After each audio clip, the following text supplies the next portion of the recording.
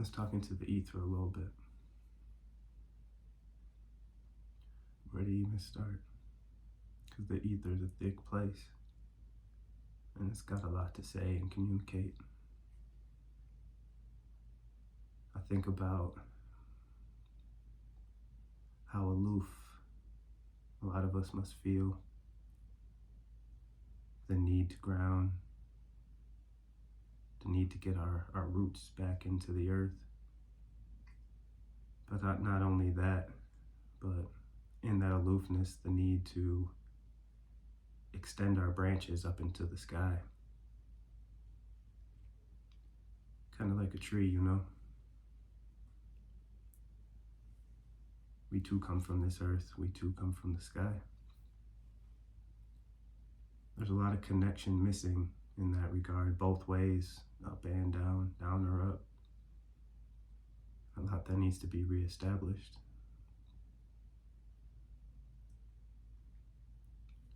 I think ancestrally, that which was lost to us that needs reclamation. I think internally, in our lives, to that which was lost and needs reclamation. And it starts with just a little bit of a ritual, a little bit of love. And I think love is the big thing. Love is the component for connection, for healing, for expansion, for remembrance. Just starts with a little bit of love.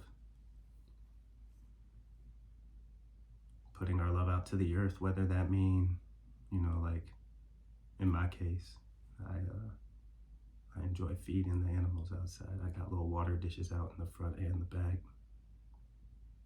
I go out I won't say every morning, every afternoon, just by the way my hours work, and I try to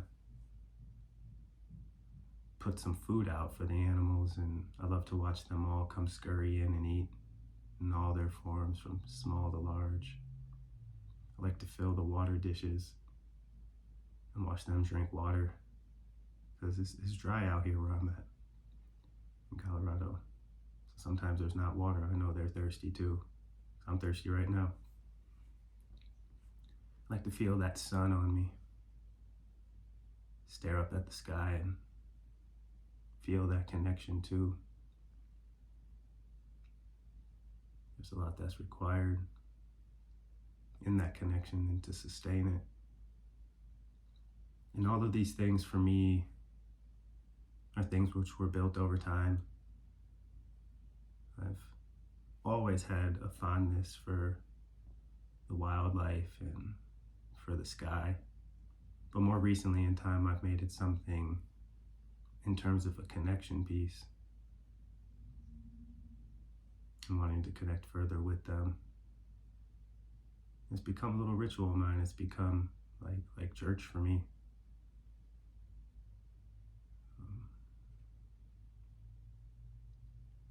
And in deepening that connection with the earth and with the sky, is deepen the connection inside of me and in my mind. I find myself wanting to provide more, wanting to let everything and everyone know that there's a lot of love. Not just radiating from me, but I want them to feel that love when they experience me and understand where that love comes from. So that's something that's always been there. I come from a background and a childhood of a lot of self-doubt and in some ways self-hatred. I had to learn, and it took a very long time to learn to love myself. Like I said, that comes off of experiences in my life, traumas, maybe experiences in past lives that I've forgotten. But in that reconnecting with myself started a long time ago now, and mind you, I'm not that old. I'm approaching 33. But it started when I was young, off of some some gifts that were shared to me by a therapist at that time when I was young in my early teens, really dark place, and didn't have any love for myself or any love for my life for that matter, which put a lot out for how people perceived me or my perception of the world, that the world didn't have love, it didn't have light, it didn't have a care for its own life. It's real easy to find news that makes you think that way. It's really easy, depending on who you know or where you come across, to feel that way about yourself. So I understand none of us are alone in that matter. And none of us are alone in that pursuit.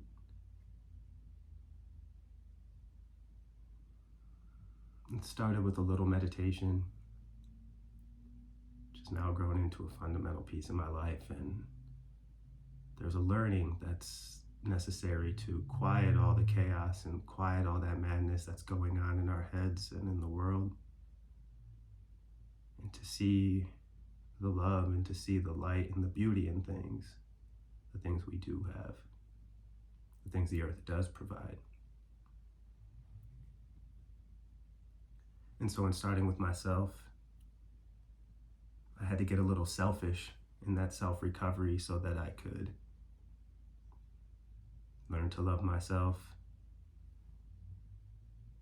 learn to care about my life, and let that grow into an expression of learning to have love for others and love for life. And this was a long, long journey.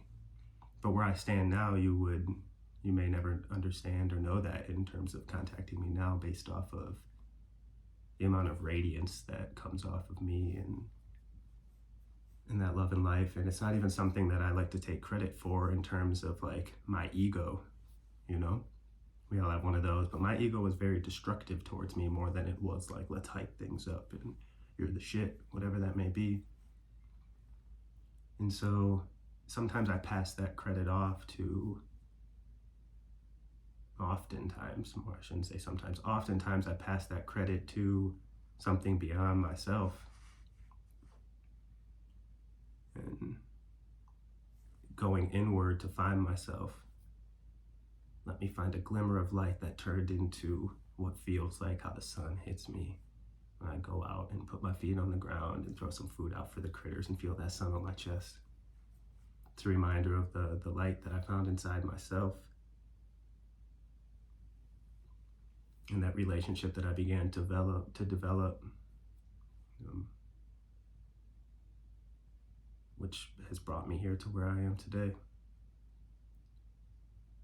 A long, necessary journey of reclamation and returning to and remembering not just who I am, but that which my ancestors had gone through, the things that were maybe stripped, ripped, taken from them in terms of their beliefs, which extended generations down to me, where I had lacked belief or trust in the world and in the spirit. But in hindsight, if there's one thing that always had my back, it was those ancestors, and it was spirit that always had my back and pushed me through even when I didn't want to go forward. And so my hope is to cultivate such a self journey, not so much share my own journey, which I'm more than happy and willing to do, but more so cultivate in anybody I come into contact with that it's a journey that's worth taking. A journey of self-exploration, self-discovery, ancestral remembrance that brings a strength and confidence and a certainty to what is otherwise an uncertain world. And in that strength and confidence, I find myself not just reconnecting to the earth and to the sky and to my ancestors in spirit, but a want to connect to others and to be fully revealed, to understand that there's no hiding from who we are, We can wear masks all we want to, but eventually those masks start to crack.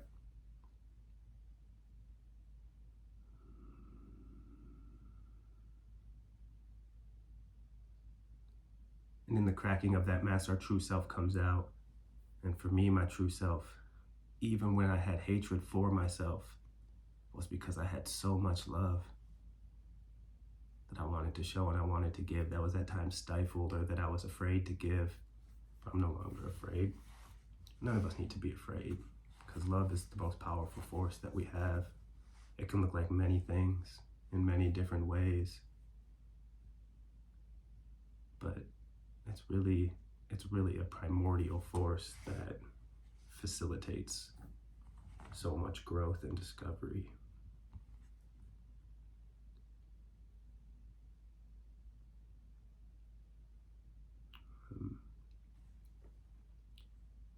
The hopes of bringing that love to you all, whether you've already gone on your own journey of discovery, you're just beginning, somewhere in the middle, somewhere in between, should I start or should I stop? Don't stop. Don't stop. Because that love's radiant, it's healing, it's empowering, it's strengthening. It gives a will to fight, to not quit, even when things seem rough in an uncertain place like we are today. But in that uncertainty, there's a rise that occurs, and an assuredness, a trust that develops, that comes out of that connection I'm going back to, not just like how I'm saying to the earth, to the sky, to spirit, but that trust in yourself and trust in something larger. It all comes around and fits in pieces with itself to make a very beautiful whole. Whole, W-H, not a whole, H-O-L-E, but a W-H, a whole. And I've never felt more certain that there's a need for community and people of all sorts of different beliefs and backgrounds, abilities, to come together and to make that one whole.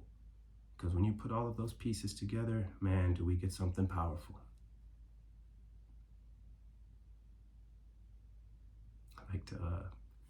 I joke around with my people that in assembling the right pieces, and if you get the right powers together and we pick up each other where one is strong and one is weak, that it's like Captain Planet. If for my young adults, I almost said middle-aged adults, anybody that was old enough around to catch that cartoon, you know, that's kind of how I feel the world is in terms of its operations today. Because there's a lot of separation that happens just in the way that our 9-to-5s work, in the way that certain powers in play want us to be separated. But coming together is its own form of fighting against that power and fighting for a power that is much more.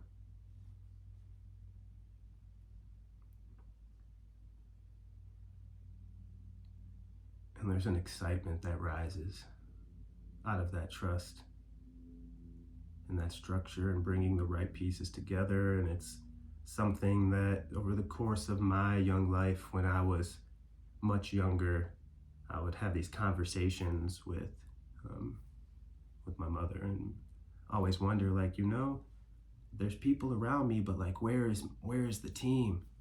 Where's the team? And I would try so hard to be like, and I would to try all these different things, try with all pieces of my being, and get so frustrated and angry and sad that nothing seemed to click.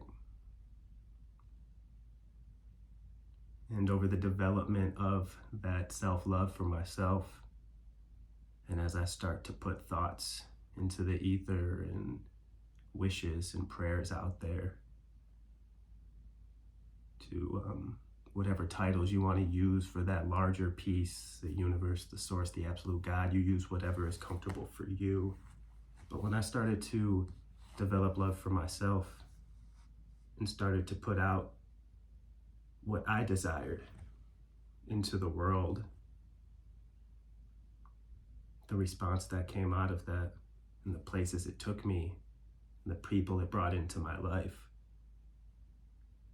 solved that issue of where is that team for me. And I know I'm not alone in that regard. We've all taken different paths and different journeys. We're in different spots in that journey. But I know, at least for me, the way it worked is when I stopped trying so hard, and that's not to say I don't try, but when I stopped trying so hard and thinking about how things had to look, when I stopped thinking about how they had to look, man, how that vision got clear. And how the ancestors, the guides, and the spirits that I had, in some ways, looking back, always had an intimate relationship with and an intimate understanding of their presence in my life. And it used to be scary to me. But once I started to just stop so trying, and that vision got so clear, they got so loud in a good way, so clear, it made what I'm supposed to be doing much more clear.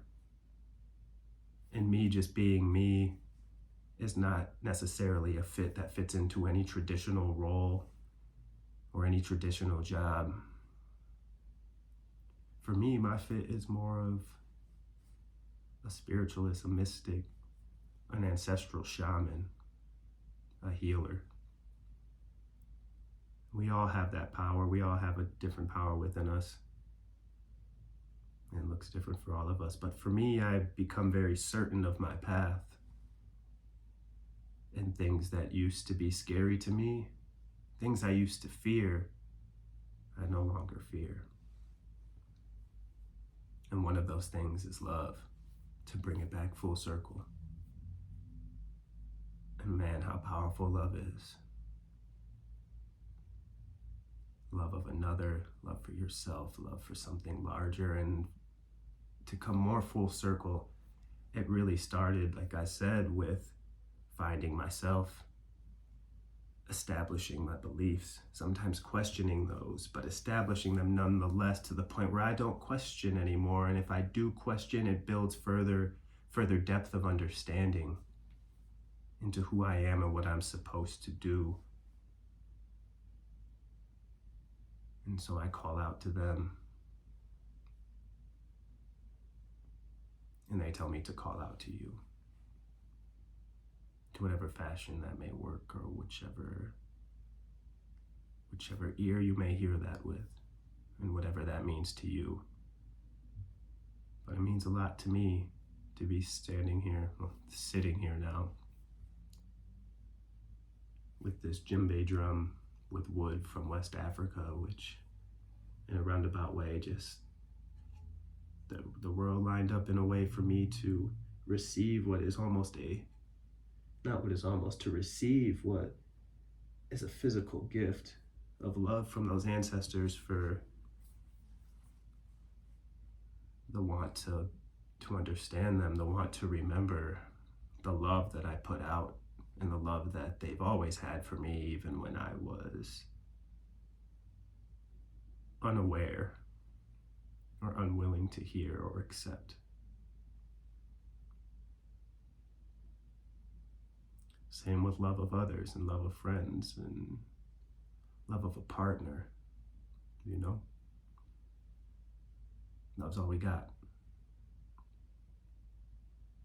And in the establishment of accepting that love is this thing that needs to be cultivated, and putting my love out to the earth for it to receive my love and to let it know I'm here,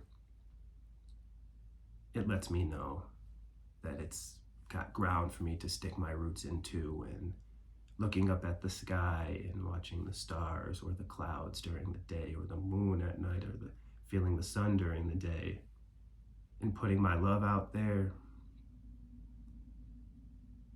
it has shown its love back to me.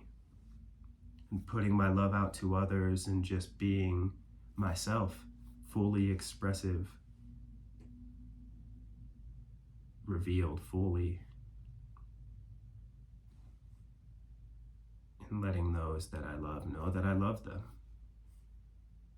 and letting those know who are maybe unready to receive such love feel in my words and in my actions as they come out of me and as the forces work through me, that they know they're loved too. I know that it goes a long way, and every creature that I interact with, big and small, from ant to squirrel to bird flying to human walking to spirits in the ether, to the ancestors calling, to the elders I've met, that they feel that love at all times, in all ways, always. Because that's all I got. That's who I am. And if there's any ask or anything to be taken from this,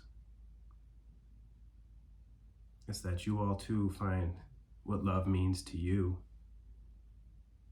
And you show the earth that love, you show the sky that love, you show those whom you love that you love them, and you tell them, you tell that ground, you touch the ground and say you love it.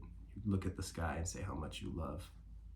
You look at the people around you and don't be afraid to tell them you love them. You look at your animals, I got a cat over there, but you look at your animals, and when you pet them with love. You cultivate that love within yourself, and you cultivate that ground, putting your roots into the earth through your feet and putting your hands to the sky and letting your leaves and your branches spread. Whether you got to do it, you can stand there like this, but mentally or physically, you do what you got to do and find that love, and in that love there is peace. And out of that love and peace, there is a response that reverberates through every fashion of life, every facet of everything, every little speck of the ether, and every physical thing that exists. And the responses might seem slow at first, but as you build those repetitions and you figure out what it looks like for you, as you build those repetitions, do they start to snowball and steamroll, and things begin to happen so fast. And before you know it, it seems like it's a whirlwind of speed and coming in at light speed, but really, in looking back at it, it becomes something that's been developed over time. And with so much love, that when that love starts to bear fruit, does it really spring forward?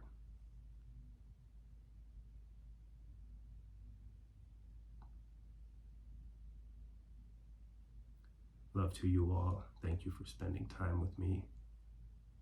Love to the ancestors, love to the guides, love to the spirits, the guardians, the angels, to all the beings in the ether, in the heavens, on this earth, to everything and everyone that's got love for me, and everything that's got love for you. This will be a recurring theme of my talks and the time here, is that it's all love, and it's all love always, in all ways, everywhere and everything.